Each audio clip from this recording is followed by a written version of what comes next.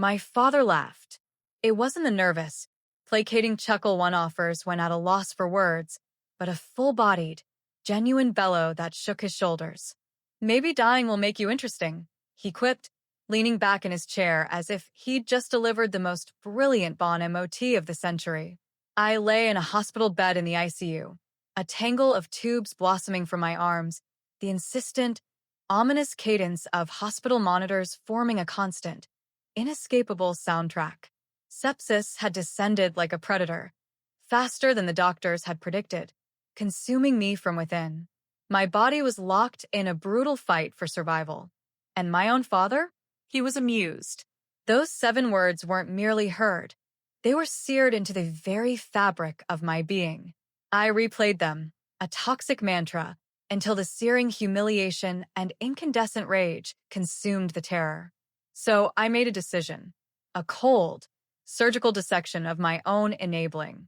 I canceled the credit cards, shut off the power, and watched from a distance as foreclosure claimed the house they loved more than me. This time, I wasn't going to save them. People always assumed my family was close. We had those perfectly choreographed Christmas photos, all matching sweaters and blindingly false smiles plastered on holiday cards. But those pictures were nothing but glossy covers, hiding a truth as sharp as broken glass. For years, I was their personal safety net, their human ATM, never truly their daughter. At 22, landing my first tech job felt like hitting the jackpot. The salary was more than I'd ever imagined earning fresh out of college. I envisioned a life where they could finally relax, enjoy the fruits of their hard-won years. And at first, it felt good, paying off their lingering credit card debt, covering a few bills, just this once. That just this once became a monthly, then weekly, then almost daily expectation. When Dad's truck needed a transmission repair, I paid. When Mom decided the kitchen needed a remodel, I signed the check. When my older brother Derek couldn't keep up with his rent after losing yet another job, I covered it, even as he spent his weekends drinking away his dignity in Vegas. It didn't take long for my family to start expecting it. No effusive thanks, no whispered promises of repayment, just the silent, expectant void until the next emergency inevitably arose. By the time I was 27, I was covering my parents' mortgage, Derek's car insurance, and half the utilities for a house I didn't even live in. If I ever hesitated, if I dared to ask why, their go-to refrain, a weaponized mantra, would emerge. We raised you, Harper. Family helps family. It's just money. You'll make more. I told myself they cared in their own way, that maybe they just didn't know how to express it. But deep down, I knew better. Their love was a ledger, and I was the one making all the deposits. The fissures in our family dynamic widened into chasms the year before my ICU stay. I started to draw tentative lines in the sand, refusing to bankroll Derek's latest revolutionary business idea or denying Mom's request for another cosmetic procedure. They didn't like that. Dad's affection turned to glacial indifference. Mom's complaints to relatives about my selfishness grew louder, more public. Derek, ever the pragmatist, simply ceased contact unless a financial need arose. Still, even I, their perennial cash cow, never fathomed the extent of their indifference. The pneumonia began subtly like a particularly nasty flu. Within days, I could barely breathe. By the time I was rushed to the ER, my lungs were screaming, my oxygen levels plummeting. I remember thinking, at least my family will be here soon. But the first text I got wasn't a comforting, "We're on our way." It was a photo of Dad, drink in hand, grinning on a Las Vegas golf course. The caption read, "Living my best life." I stared at that photo as the nurse adjusted the oxygen mask, and something deep within me, already strained, began to audibly fracture. I just didn't realize yet that this was the inexorable, agonizing beginning of the end. The day everything snapped started at 4:12 a.m. A nurse's calm, yet urgent, voice sliced through the fevered fog that encased me. "Harper, your temperature is spiking again. We need to run more labs." Her face was composed, but I caught the quick, guarded glance she exchanged with the attending physician. My lungs burned with every shallow breath, and my hands shook beneath the hospital blanket. They told me later I was already in the early stages of sepsis. I just remember the fear, a cold, constricting vice, the kind that makes you instinctively crave the comfort of a familiar voice, a promise that everything would be okay. So I reached for my phone. Dad and Mom lived less than 3 hours away. Derek was even closer. I figured they'd drop everything when they heard. The first call went to Dad. It rang twice before defaulting to voicemail. I tried Mom. Voicemail. Derek picked up on the fourth ring, his voice thick with sleep. What's up? It's early. I'm in the ICU. I rasped, my throat raw. It's bad, Derek. Can you get Mom and Dad and come here? A pause. A beat stretched into an eternity. Yeah. Probably not. They're in Vegas this weekend. Dad's got some golf thing. Mom's at the spa. And me? I'm here for the blackjack tables. The receiver felt suddenly slick in my clammy hand. Vegas? All of them? While I was here? You're in Vegas too? I whispered, disbelief warring with the fear. Yeah. Why? Because I'm in a hospital bed with an infection that might kill me. That's why. His sigh was a theatrical performance of exasperation, as if I were a petulant child overreacting to a scraped knee. Look, I'll let them know, but it's all prepaid. Flights, hotels, you get it. I hung up without another word. Hours later, I got my answer. Not through a call, but through social media. My father had posted a group shot from the golf course. 3 men in crisp polo shirts, beers in hand. The desert sun blazing behind them. The caption, good times with great friends. Life's too short. The words were a cruel, ironic counterpoint to my own fight for breath. I was scrolling through those photos, seething, when my phone buzzed. A text from Dad. Maybe dying will make you interesting. No smiley face, no JK. Nothing to soften the blow. Just words, cold, deliberate, meant to cut. I stared at the screen, the insistent beeping of the heart monitor sinking into the frantic thud of my pulse. For a moment, I thought I might cry. Instead, I felt something else. Clarity. Not a gentle dawn, but a blinding, brutal flash. Years of being their safety net, the endless handouts, the weaponized guilt trips, it all coalesced into one crystalline, lacerating truth. They didn't see me as a daughter. I was a resource, and I was running out. Lying there, tethered to 4 lines and the fragile thread of my own life, I decided 2 things. 1, I would survive this. 2, when I did, I'd make sure they'd never use me again. The first part was in the doctor's hands. The second was all mine. The next morning, my fever, a merciful tide, receded just enough for the fog in my mind to lift. I lay in that stiff hospital bed, staring at the ceiling tiles, letting Dad's words replay like a poisoned echo. Maybe dying will make you interesting. They'd chosen a weekend in Vegas over showing up for me. That was bad enough. But mocking me while I was hooked to IVs, clinging to life, that was a line not just crossed, but obliterated. I reached for my phone again, but this time I didn't call them. I opened my banking app. For years, I'd built a safety net they didn't deserve.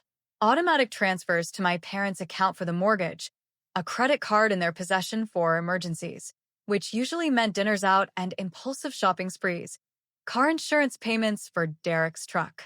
Even their internet and utilities were in my name, so they wouldn't have to pass a credit check. I scrolled through the list of recurring payments and started canceling. Mortgage payment, delete. Car insurance, terminate coverage.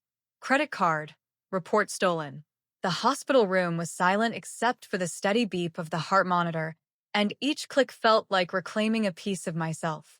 When the banking side was clean, I called my financial advisor, Elise. Harper. Oh my God, I heard you were sick. I'm getting better, I said, cutting her off gently. But I need to make some changes. Remove my parents and Derek as beneficiaries on all accounts, effective immediately. Her voice was cautious, professional. That's a significant step, Harper. Are you absolutely certain? I've never been more certain of anything in my life, I replied, the words a stone rolling off my tongue. Next came my lawyer, Patrick, who'd drawn up my will and given my parents power of attorney back when I still harbored the delusion they had my best interests at heart. Patrick, I want to revoke the power of attorney and rewrite my will. They're out. All of them. He didn't press for details. Understood. I'll draft the paperwork. By the time I ended that call, I felt lighter. Not physically, my body was still a battlefield, but somewhere deep inside, the weight was shifting. It was almost laughable how easy it was to dismantle the empire of handouts I'd built for them. A few phone calls, a few keystrokes, and suddenly the well they'd been drinking from was dry. I imagined Derek swiping that credit card at a blackjack table and watching the screen flash declined. I pictured Mom flipping a light switch in their kitchen and finding darkness. I pictured Dad at the golf resort front desk, demanding to charge the room, and the clerk shaking their head. It wasn't petty. It was justice. They'd left me alone in the fight for my life. Now they could learn what it felt like to fend for themselves. And I hadn't even started yet. It didn't take long for the calls to start. The first came that evening, just as I was settling back against the pillows, a cup of lukewarm hospital tea in my hands. Dad's name flashed across the screen. I let it ring out. 2 minutes later, it rang again. This time, I answered. Harper, he said, his voice tight. There's something wrong with the credit card. It was declined at dinner. I kept my tone flat. That's strange. Maybe call the bank. We did. They said it was reported stolen. Did you? Yes, I said, cutting him off. While I was lying in the ICU, and you were golfing in Vegas. Seemed like someone else was using it. Silence. Then, Harper, be reasonable. We're stuck here without money. I thought you paid for the trip yourselves. That's what you told me. Click. I hung up. 5 minutes later, Derek called. What the hell, Harper? You stranded us. The hotel says we need to pay for another night, and we can't. Mom's freaking out. Maybe pawn something, I suggested, my voice devoid of warmth. Or call one of your business partners. You're unbelievable. Funny. That's exactly what I think about you. The calls kept coming. Mom sobbing into the phone, Derek swearing, Dad alternating between calm negotiation and sharp threats. By the third round, I put my phone on silent. Somewhere around midnight, I drifted into the deepest sleep I'd had in years. The next update came the following afternoon from my friend Mia, who had spotted Derek's Instagram story. It was a shaky video of him and Dad arguing with a hotel front desk clerk. The caption read, "Some people just don't understand loyalty." I almost laughed. Loyalty, from them, felt like a thief lecturing a bank teller on fiscal responsibility. 3 days later, I was released from the hospital. I'd lost weight. My muscles felt like jelly, but I was alive. And I was ready. Back in my apartment, I moved on to phase 2. Utilities. The electric account in my name? Canceled. Gas? Canceled. Internet? Gone. Even their phone plan, which I'd been paying for since Derek was in college, was terminated. That's when the voicemails took a darker turn. You're ruining us, Harper. Mom's voice cracked. The bank says they're starting foreclosure proceedings. Do you know what that means? Yes, I said to the empty room as I deleted the message. It means you'll finally have to stand on your own 2 feet. And that was the point. For years, I'd been the cushion between them and the consequences of their own choices. Now, for the first time, they were falling, and there was nothing soft to land on. At first, their calls were drenched in desperation. Shaky voices, long pauses, words meant to tug at my heart. Harper, sweetie, Mom whispered in one voicemail. We made mistakes, but you can't just leave us like this. We're family. We need you. I almost believed her for half a second. Then I remembered her sipping champagne in a Vegas spa while I was struggling to breathe. By the end of that week, the tone had changed. Derek was the first to snap. You think you're better than us now? Sitting in your fancy apartment while we're freezing? You're a joke, Harper. You'll regret this. I didn't answer. Next came the guilt trip from Dad. I know things were said, but you've got to understand. We didn't mean them. We were just distracted. Don't punish your whole family over one bad moment. One bad moment. As if years of exploitation could be reduced to a slip of the tongue. Then came the manipulation. A woman named Kayla called, claiming to be a friend of my mom's. She launched into a rehearsed speech about how mom was falling apart and desperately needed her daughter's support. Halfway through, I interrupted. Kayla, is mom sitting right next to you? A beat of silence. Yes. Tell her. I said, I said goodbye. Click. When that failed, they went public. One morning, I woke up to 20 notifications. Derek had posted a rant on Facebook. Imagine leaving your parents homeless after they raised you. My sister's success has turned her into a monster. The comments were a mix of strangers offering sympathy and people who actually knew me calling him out. My college roommate wrote, "Didn't your dad laugh at her when she was in the ICU?" Another friend posted screenshots of my parents' Vegas trip, complete with timestamps. Within hours, the thread was a dumpster fire of exposed receipts and family drama. Derek deleted it, but not before it had been shared over 100 times. That's when the harassment started. Block numbers calling at all hours, hang-ups, someone pounding on my apartment door at midnight, then disappearing before I could reach the peephole. The breaking point came on a Tuesday afternoon. My office security guard buzzed me from the lobby. Harper, there's a man and woman here asking for you. Say they're your parents." My stomach churned. "Don't let them up." "I already didn't," he said, "but they're insisting." I walked to the elevator just in time to see them arguing with him by the glass doors. Mom spotted me, her face a mask of fake relief. "Harper, finally, please. Just 5 minutes." "Security," I said calmly, meeting the guard's gaze. "These people are harassing me. Please escort them out." They shouted my name, their voices cracking with outrage, as the guards ushered them toward the street. For the first time, I didn't feel guilt. I felt free. By the time the second week rolled around, the line between desperation and outright warfare had vanished. They were no longer just calling me. They were using anyone and everyone as messengers. Old neighbors, distant cousins, even a woman I hadn't spoken to since high school reached out to mediate. Every message had the same undertone. Give them back their lifeline or else. The "or else" arrived on a Thursday night. I was halfway through dinner when my phone lit up with a string of screenshots from Mia.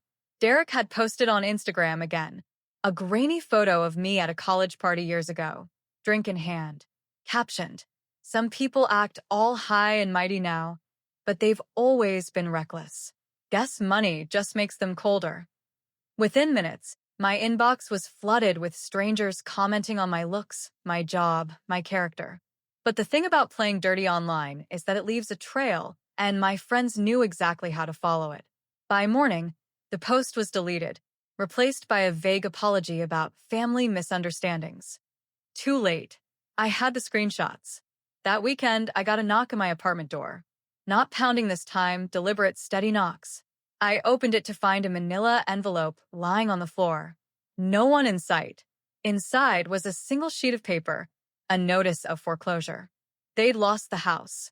Hours later, the calls began again, but this time they were frantic in a different way. "Harper, you have to help us." Dad pleaded in one voicemail. "The bank says we have weeks before they take everything. If you just co-sign another." I didn't even listen to the rest. Then came the most pathetic attempt yet. A mutual acquaintance texted me to say my parents had set up a GoFundMe titled, "Help a Family Betrayed by Their Own." The description painted me as unstable, vindictive, and ungrateful. They made one fatal mistake. They left it public. Within a day, people from my professional network found it. Comments poured in. "This is pure manipulation. I've worked with Harper for years. She's one of the most generous people I know. If you're the parents who abandoned her in the ICU, you should be ashamed." The page vanished less than 48 hours later. By now, I wasn't just angry. I was done. Done with the calls, the lies, the smear campaigns. So I called Patrick, my lawyer. "I want to file for a restraining order," I told him, "against all three: Dad, Mom, and Derek. Harassment, defamation, attempted interference with employment." "You've got a case," he said. "Are you ready for this to go public?" Yes. The hearing was set for 2 weeks later. They showed up dressed like they were attending a wedding, smiles plastered on their faces, as if charm could erase the paper trail. Dad spoke first, painting a picture of a fragile daughter who had misunderstood their intentions. Mom dabbed at fake tears, saying they'd been too poor to travel to my bedside. Derek claimed I had turned cold and was destroying the family over nothing. When it was my turn, I didn't raise my voice. I didn't have to. I slid a thick folder across to the judge. Inside, screenshots of Dad's text. Maybe dying will make you interesting. Instagram posts from their Vegas trip. The GoFundMe page. Voicemails laced with threats. Security reports from my office detailing the lobby incident. I finished with one sentence. Your Honor, these people didn't just abandon me when I almost died. They mocked me for it. And when I stopped paying for their lives, they tried to destroy mine.